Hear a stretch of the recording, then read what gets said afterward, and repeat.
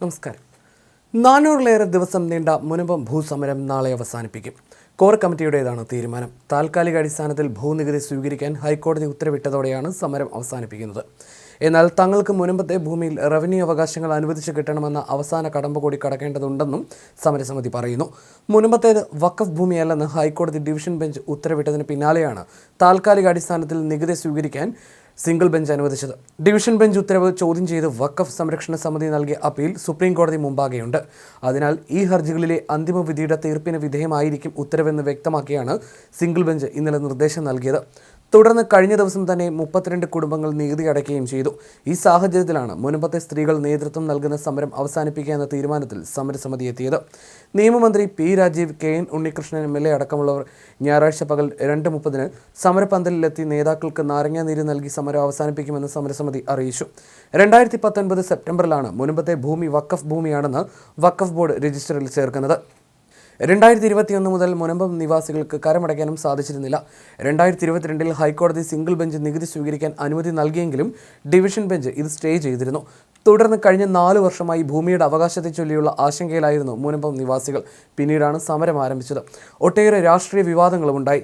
താൽക്കാലികമായി കരമടയ്ക്കാൻ സാധിക്കുന്നുണ്ടെങ്കിലും ഭൂമിയുടെ റവന്യൂ അവകാശം പുനഃസ്ഥാപിച്ചു കിട്ടുക എന്നതാണ് ആത്യന്തികമായി വേണ്ടതെന്ന് സമരസമിതി നേതാക്കൾ പറയുന്നു.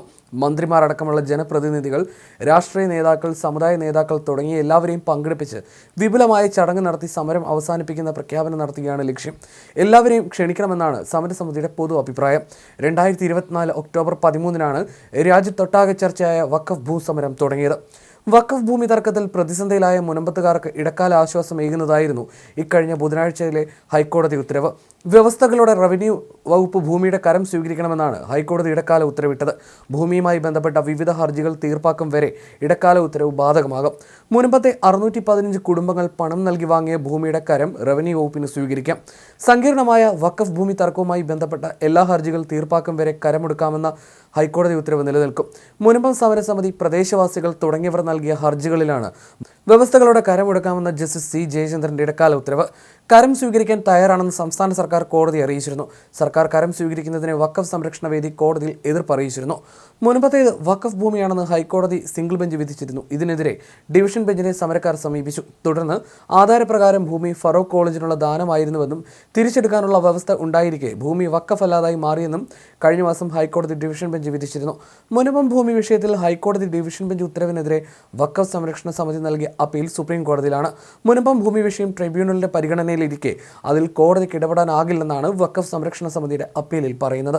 മുനമ്പത്തെ ഭൂമിയിൽ സംസ്ഥാന സർക്കാരിന് ജുഡീഷ്യൽ കമ്മീഷനെ നിയമിച്ചുകൊണ്ട് പ്രശ്നപരിഹാരം സാധ്യമാണെന്നും ഡിവിഷൻ ബെഞ്ച് വ്യക്തമാക്കിയിരുന്നു. അതിനെതിരെ വഖഫ് സംരക്ഷണ വേദി, TM അബ്ദുൽ സലാം എന്നിവർ സുപ്രീം കോടതിയിൽ അപ്പീൽ സമർപ്പിച്ചിട്ടുണ്ട്. മുനമ്പം ഭൂമി വിഷയം ട്രിബ്യൂണലിന്റെ പരിഗണനയിലിരിക്കെ